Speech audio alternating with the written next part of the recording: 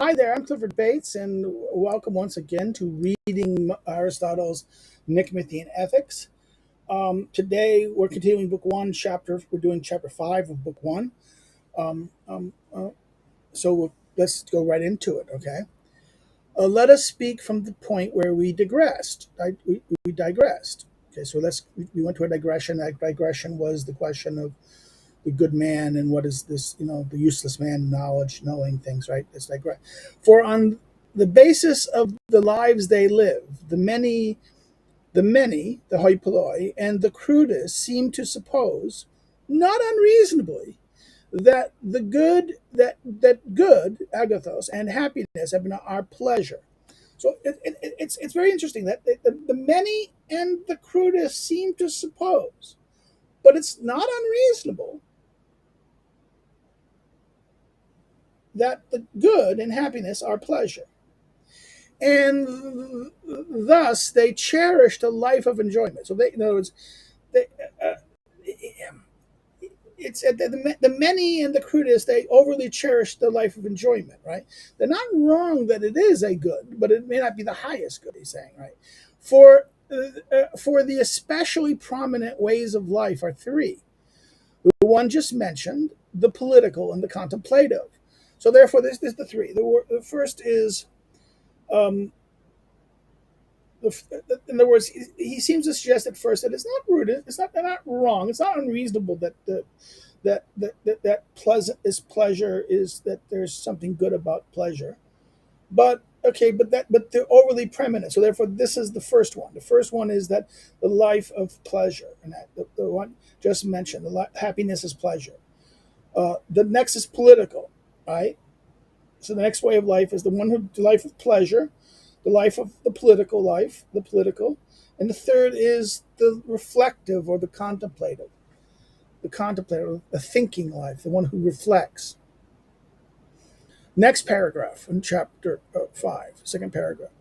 Now, in choosing a life of fettered cattle, the many, the hoi polloi, appear altogether slavish, but they attain a hearing because many people in positions of authority experience passions like those of the Saliphius, Sardan Apollos, okay, 23, the Sardan Apollos, which is the Assyrian king, renowned for and apparently boasted of his extravagant way of life in sensual indulgence.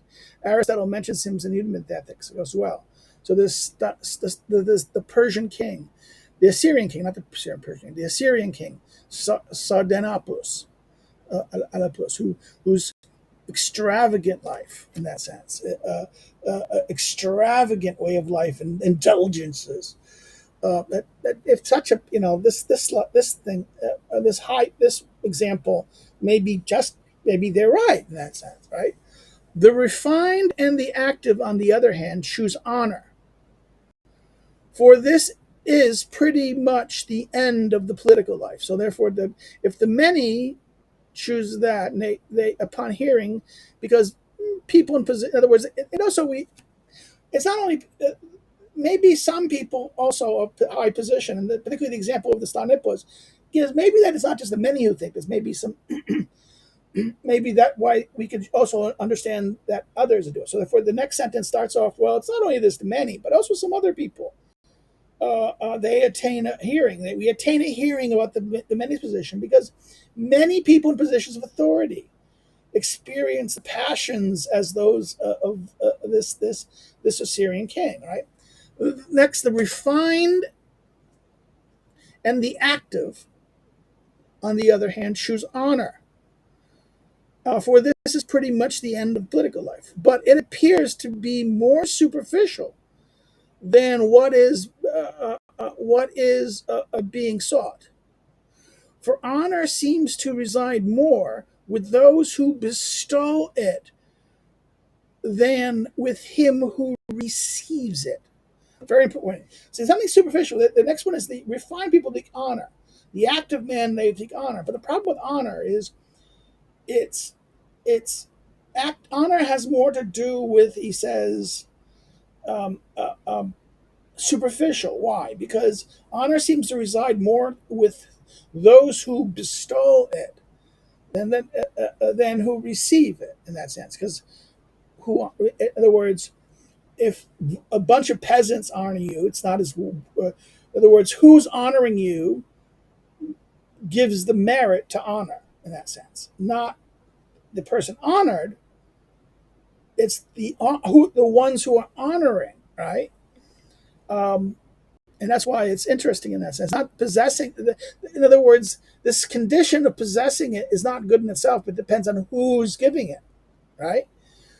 On who's bestowing it bestow it with the person who receives it. And we divine that the good is something of its own and a thing not easily taken away. So therefore, the good must be something that is good on its own. So possessing it is it good, and not the person how it's given or who gives it. Okay, that's a weird, interesting. So that depending on who's giving it, or how it's maybe even how it's given. In that sense, that may be even interesting. Cannot be taken away, and it must it is something of its one's own, and not a thing that's easily taken away. Further, people seem to pursue honor so that they may be conceived. So they pursue honor so that they may be convinced that they themselves are good. So therefore, they pursue honor because that they convinced that they themselves are good. At any rate, they seek to be honored.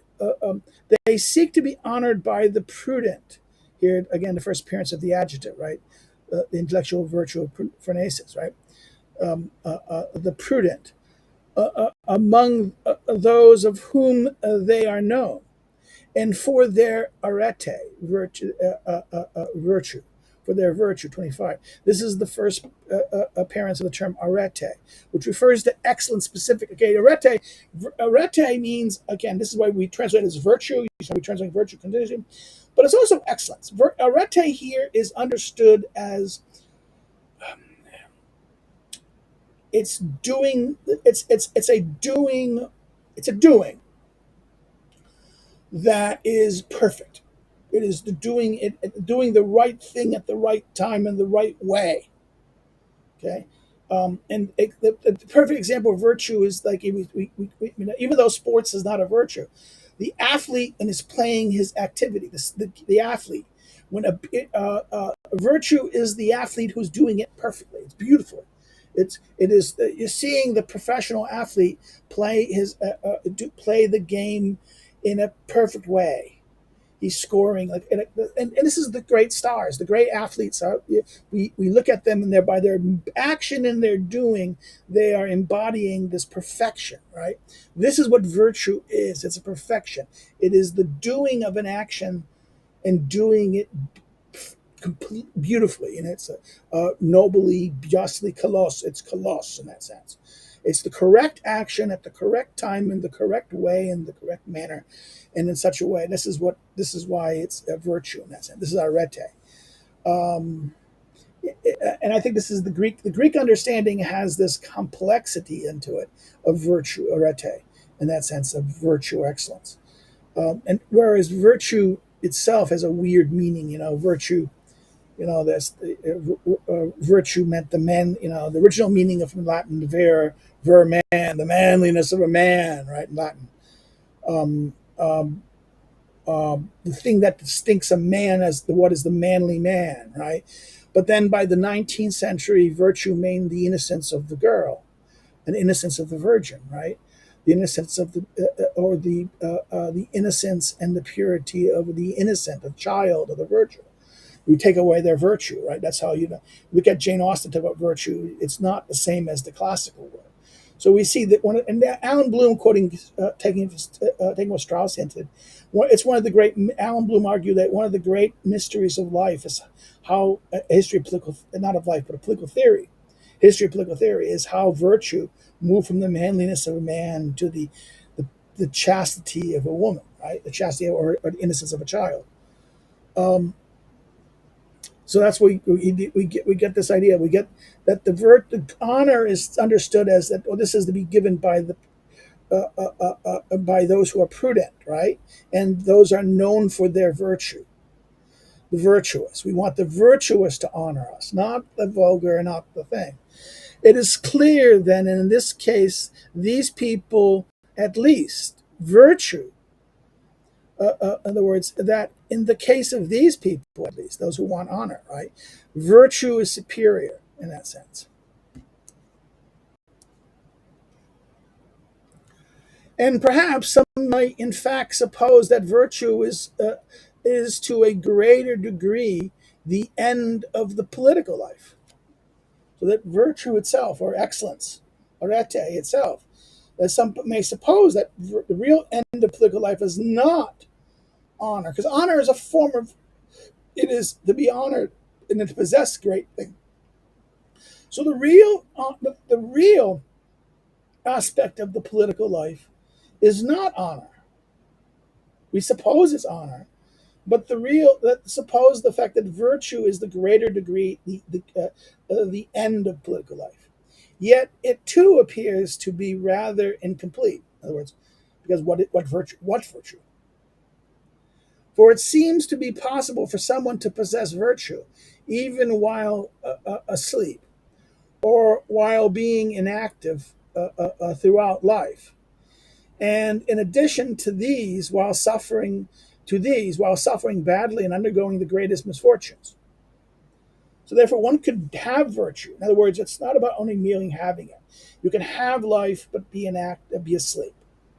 You can possess virtue but be asleep. You can possess virtue by inactive throughout life, or while suffering badly and undergoing great misfortunes. But no one would deem someone happy unless living in this way, unless he were defending a thesis. In other words, by defending an argument, defending a complaint. In other words, defending a point. No one would argue that, okay, you're sleeping. Virtue, if you have virtue, that's happiness. You're sleeping. Or that you're inactive. You possess it, but so having virtue is not enough. It's virtue plus doing something more, right? And avoiding sickness, like I said, misery, suffering badly, or undergoing misfortune. No one living these way unless he were defending a thesis. That the argument, only someone who's going to defend an argument. Well, no, this, in other words, in other words, defend an argument on its own that doesn't really expect a reality. But enough of these things. They have been spoken about adequately also in the circulated writings. Now, unknown precisely what Aristotle's referred here, the extended meaning of this may be the routine of our everyday. In the general sense that these writings are not the most exacting. In other words, what are these writings, these circulated writings, about also in the circulated writings? So are these the writings that he's at, speeches? We don't know what he's saying here in that sense. This is why it's very striking. The unknown, precisely what he's referring to here. The extended meaning could be the routine of everyday writings, right? The writings that are passed about. So we know about these things. These things are commonly spoken of. This is one way it's been interpreted. Or that maybe there's some other writings, there's missing dialogues, right? We don't know what is being referred to here. Third, now that was after this, the political life. Now the third. Third is the contemplative life, about which we will make an investigation in what will follow. So 27, explicit, this is in book 10. Aristotle's explicit this. So he brings up the contemplative life, but he doesn't now address it. Notice it's very interesting. He doesn't talk about the contemplative life here now. He will raise the contemplative life here, right? But he will only really address it in book 10, and particularly book 10, 6, and 8. At the end. So that's going to be very interesting. Why is in other words, the contemplative life is not the argument for the contemplative life. It's asserted here. There's an assertion that this is here, and it'll be argued at the end. But the whole body of the ethics here focuses really on this tension between pleasure and the political, the opinion of the many versus the wise about the political man, right? The political active man, the active people, and that therefore this is a very interesting question in that sense. It's very interesting, and he moved from political dealing with the honor to dealing and to with virtue. So virtue seems to be concerned to action, right? And a certain kind of action, not only possessing of something, but also being able to act in a certain way, not having having the quality, possessing a quality, but it's not an absolute possession because, like he says, if it's sick, it's not going to be that wonderful. But the third way is contemplative, right? But then he noticed this. Then noticed, and all of a sudden, we go from the three. Then he brings up another way of life that is not mentioned. The money-making life is characterized by a certain constraint. And it is clear that wealth is not the good thing being sought. For it is a useful thing and for the sake of something else. So in other words, okay, he brings in the money-making life. And there is a constraint in the money-making life. But the problem with it is but wealth is not a good in itself. Wealth is something useful, he's arguing. It's not a good in itself. It's a good for something else. Thus, someone might suppose that previously mentioned things are ends to a greater degree than is money.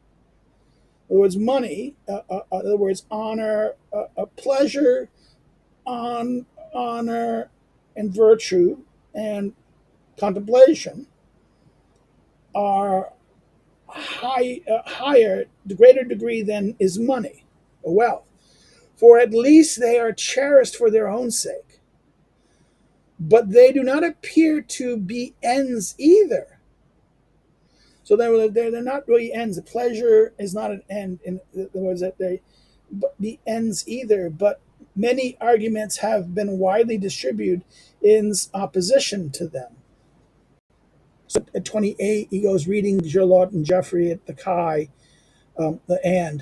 in some manuscripts rather than the although of others, and taking pros in its non-common sense of against or in opposition to. The other reading would be rendered, although many arguments have been widely distributed relating to them. In other words, there's two ways you can read this. That they do not appear to be ends, but many arguments have been widely distributed in opposition to them. But rather, it could be also but other readings that have been rendered, although many arguments have been widely distributed relating to them, these things. So other people have spoken about. There's two ways you can read it: that argued against them or argued talked about them. Right? That's the two ways of things. But let these things be dismissed. But let us dismiss this question about whether that this is a higher end. In other words, the question of lower ends. Maybe these lower ends are things in themselves, but mostly we don't think that they're ends in themselves, and that maybe these three things are not ends in themselves that we talked about earlier, but I seek for something else. In other words, it's a that. But they said, let's dismiss this. Okay, let's dismiss this. Well, okay, we'll stop here. This ends chapter 5, a short chapter 5 in that sense. Let's go ask any questions. If you have any questions or comments, please put them in the question below, and I will respond to them when I see them. If you liked it, hit the like button, share it with your friends, share it on social media. If you've not subscribed, please subscribe. Encourage others to subscribe. Now, if you didn't like it, you can hit the down button, but of course, please put the comment why, what was wrong, so we can learn. We can, what was done wrong, or why you didn't like it, and do it like that way. Another thing is that you can follow me on social media. The links you can follow my social media links. Links are below. You can also follow my academic social media, follow my scholarship, and follow what I do as scholar with those links below. And and voila. Another thing you can do is if you want to help me to do what I do, you can do so through Subscribestar, Patreon. The links are below there. Another way, if you want to help, you can help is to buy one of the books, one of my 3 books. Please go links below. Uh, well, that's it. I hope everyone is well and dandy candy in that sense. We'll continue next time with looking at chapter 6. We'll take care, and I wish you have a good day. Take care. Bye bye.